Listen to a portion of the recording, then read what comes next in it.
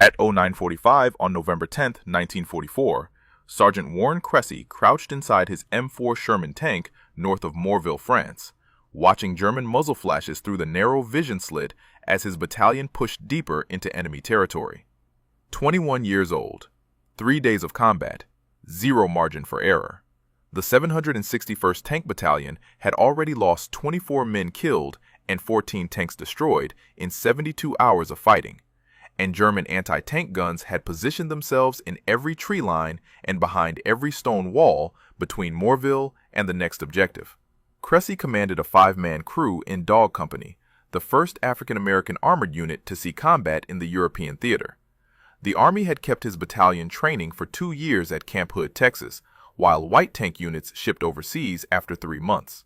Military leadership had doubted whether black soldiers could handle the technical demands of armored warfare, whether they could think fast enough under fire, whether they would break when German 88mm guns started punching through American steel.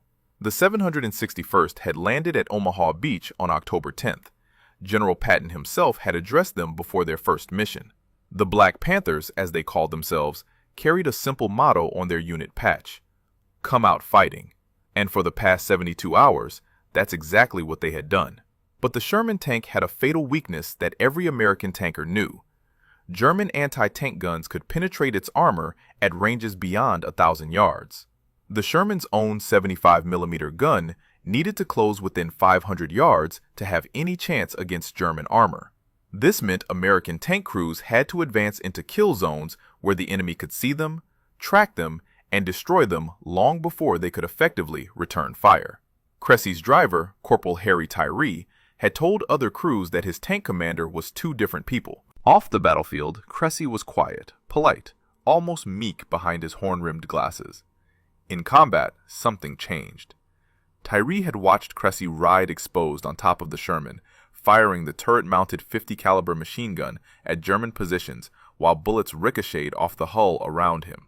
Battalion officers had reprimanded Cressy twice for reckless conduct. They never punished him.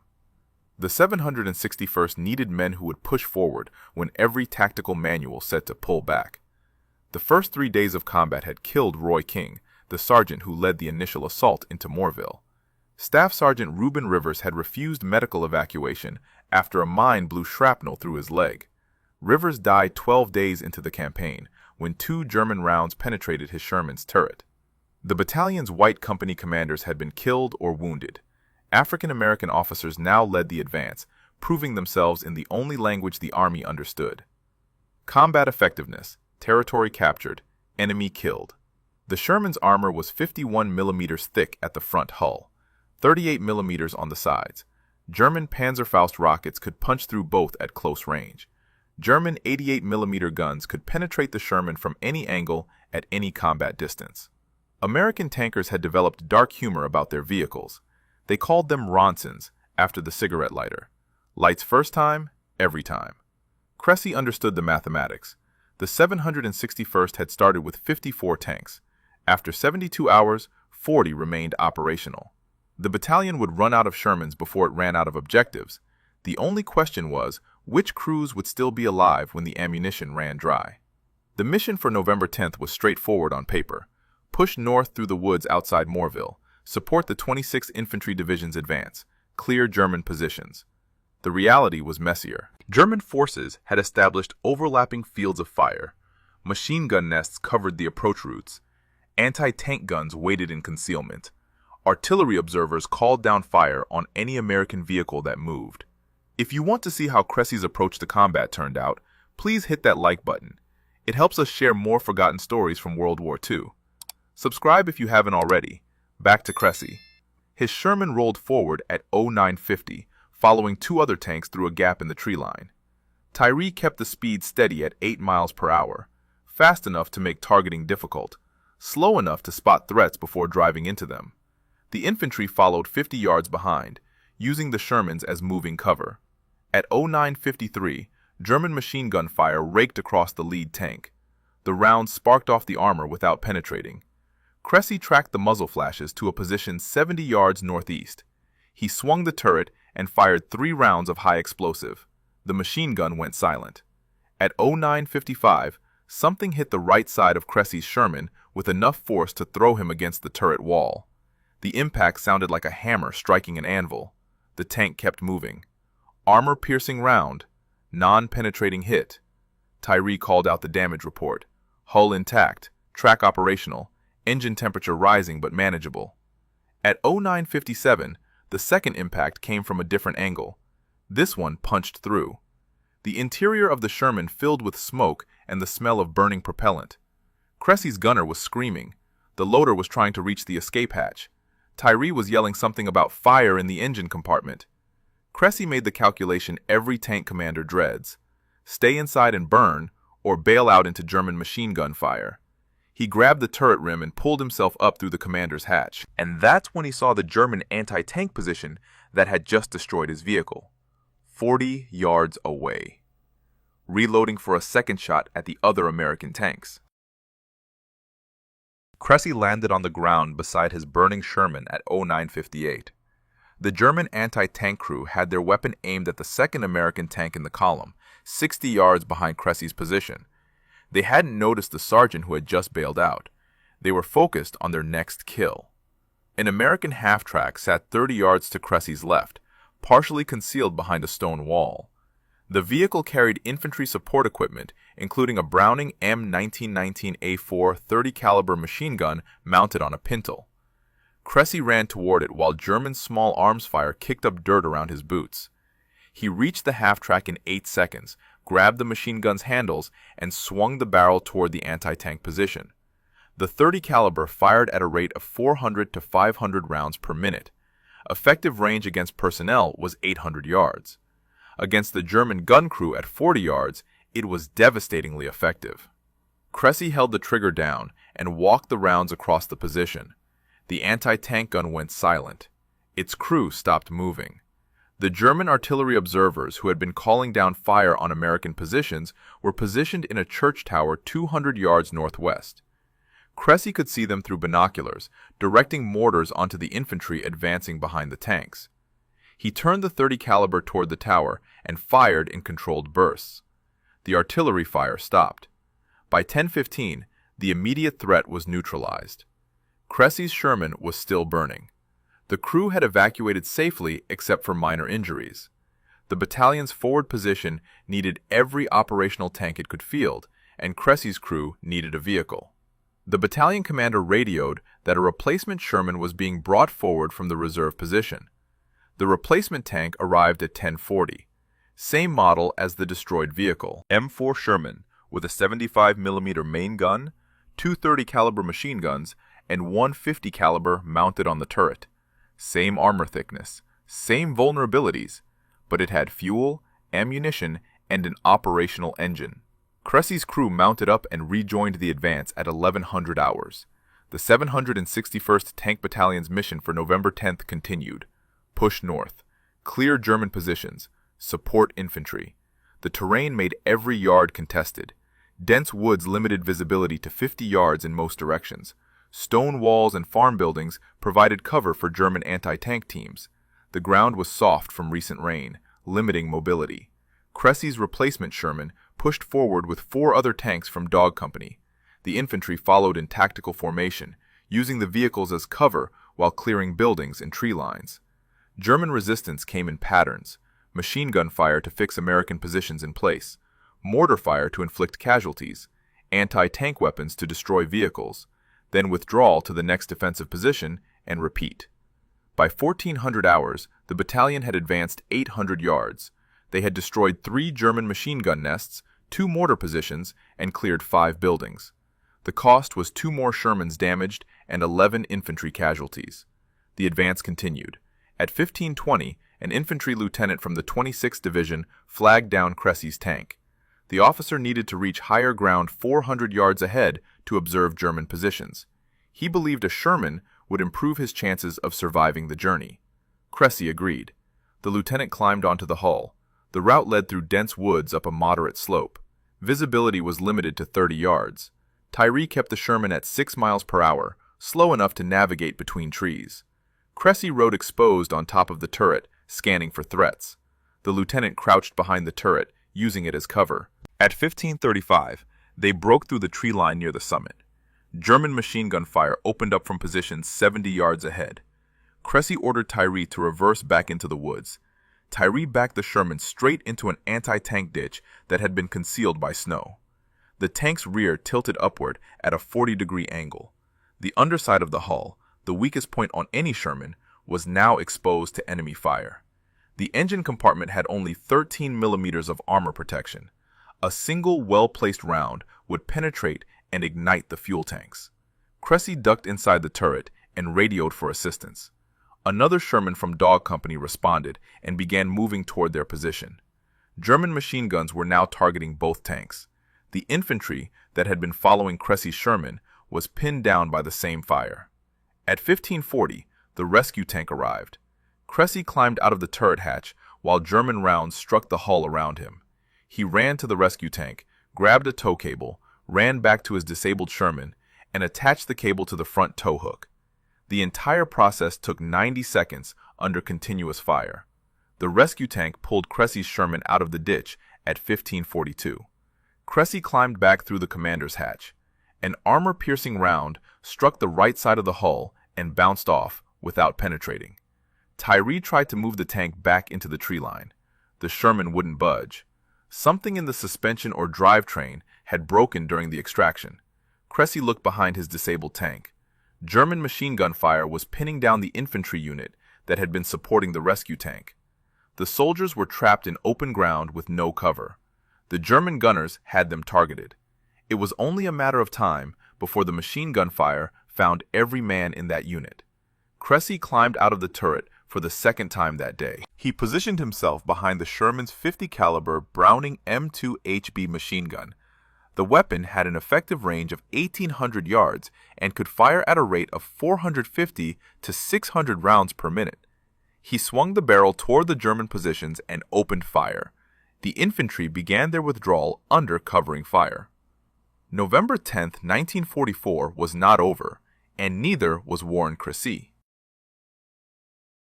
The 50 caliber machine gun mounted on the Sherman's turret had been designed for anti-aircraft defense. In practice, American tank crews used it against ground targets more often than aircraft. The weapon could penetrate light armor at close range. Against personnel and unarmored vehicles, it was lethal out to a mile.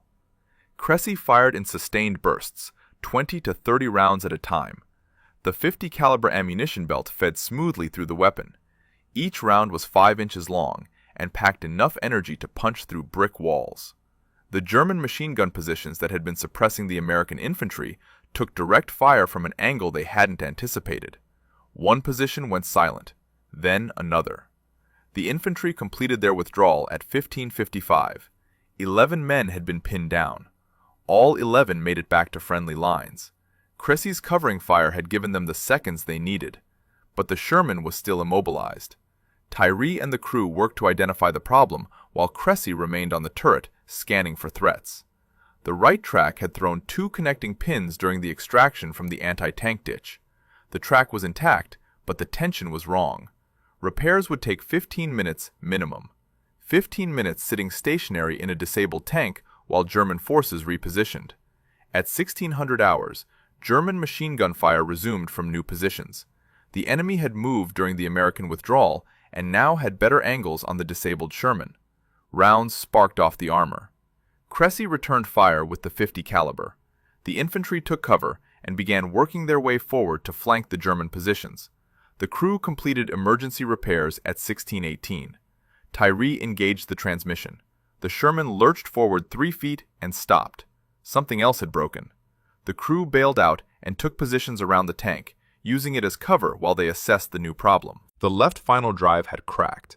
The tank wasn't going anywhere without major repairs that couldn't be completed under fire. At 1630, the tactical situation changed. German infantry began a counterattack from positions northeast of the disabled Sherman. Approximately 40 soldiers moving in squad formations. They were attempting to overrun the American infantry and recapture the ground the 761st had taken that morning. Cressy climbed back onto the Sherman. The 50 caliber still had ammunition. The turret still traversed. The gun could still elevate and depress. The tank couldn't move, but it could still fight. He swung the weapon toward the advancing German infantry and opened fire.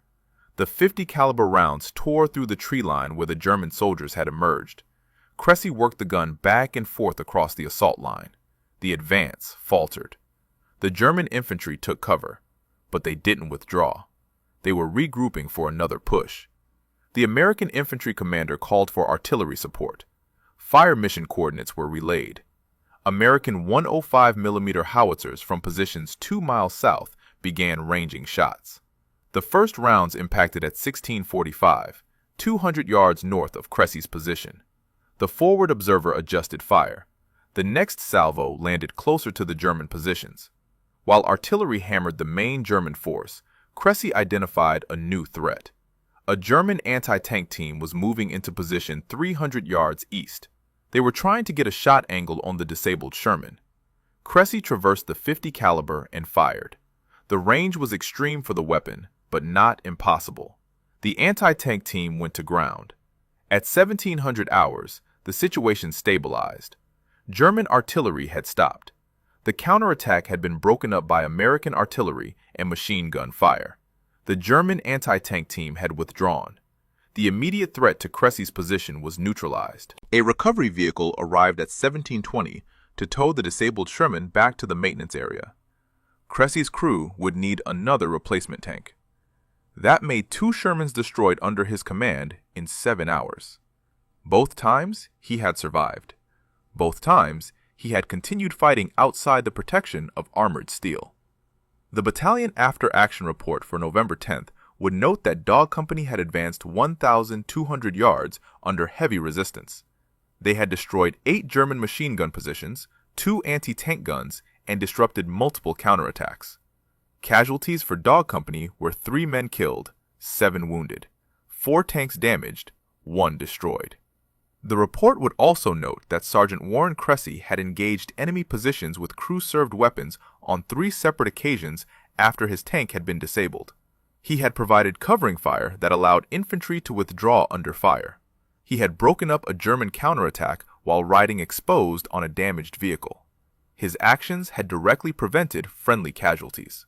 But the report wouldn't capture what other soldiers in the 761st were beginning to understand. The quiet sergeant with the horn-rimmed glasses and polite manner was something different in combat, something the battalion hadn't seen before. When most men would have taken cover and waited for rescue, Cressy grabbed whatever weapon was available and killed whoever was shooting at Americans. The nickname started that evening. Some soldiers called him the Iron Man. Others called him the baddest man in the 761st. The name that stuck came from the battalion historian, who would later document every action the unit took in Europe. He called Cressy exactly what the sergeant had proven himself to be on November 10th, the most dangerous man the Germans would face in those French woods. And November 10th was just the beginning. The next day would be worse. November 11th, 1944, started at 0600 hours, with orders to continue the advance north toward Weiss. The 761st Tank Battalion had spent the night in defensive positions around Morville. Crews performed maintenance on their Shermans, replacing thrown tracks, cleaning weapons, loading ammunition. The work continued under blackout conditions to avoid German artillery. Warren Cressy received his 3rd Sherman tank at 0630, same specifications as the previous 2, 75mm main gun, 51mm of frontal armor, maximum road speed of 25 miles per hour, combat weight of 33 tons. The crew was the same, Tyree on the driver controls, same gunner, same loader, same assistant driver. They had survived 2 tank losses in 24 hours. The odds of surviving a third were not improving. The mission briefing at 0700 outlined the tactical situation. German forces had reinforced their positions overnight. Intelligence reports indicated at least 2 companies of infantry with anti-tank support. The terrain between Morville and Weiss was primarily open farmland with scattered woods, good tank country in summer. In November, after weeks of rain, the ground was soft. Mobility would be limited. Dog Company moved out at 0730 with 6 operational Shermans. The advance formation was 2 columns with 50 yards between vehicles. Infantry followed in tactical dispersal. The first 800 yards proceeded without contact. German forces had pulled back during the night to consolidate their defensive positions. At 0820, the lead tank reported movement in a woodline 400 yards ahead. Cressy's Sherman was third in the left column. The battalion halted while reconnaissance determined enemy strength. German machine gun fire opened up at 0825. The reconnaissance was over. Enemy contact confirmed. The Shermans advanced under covering fire from American artillery. High explosive rounds impacted in and around the German positions. The tactic was standard: artillery suppression, followed by armored assault, followed by infantry clearing operations. It worked when the ground was firm enough for tanks to maneuver. When the ground was soft, tanks became targets. At 0840, Cressy's Sherman reached a section of farmland that had been used for root vegetables. The soil had been plowed and turned. Recent rain had transformed it into thick mud. Tyree kept the speed steady at 8 miles per hour, trying to maintain momentum. The Sherman's tracks bit into the mud and held for 50 yards. Then the right track began slipping. At 0843, the Sherman bogged down completely. Both tracks were turning, but the tank wasn't moving. 33 tons of steel sinking into French mud, while German machine guns opened fire from 300 yards away. Tyree tried reversing. The tank settled deeper. Forward again. No movement. The Sherman was stuck. German machine gun rounds sparked off the turret and hull. Armor-piercing rounds from anti-tank rifles struck at oblique angles and ricocheted away. The armor was holding, but artillery would be coming.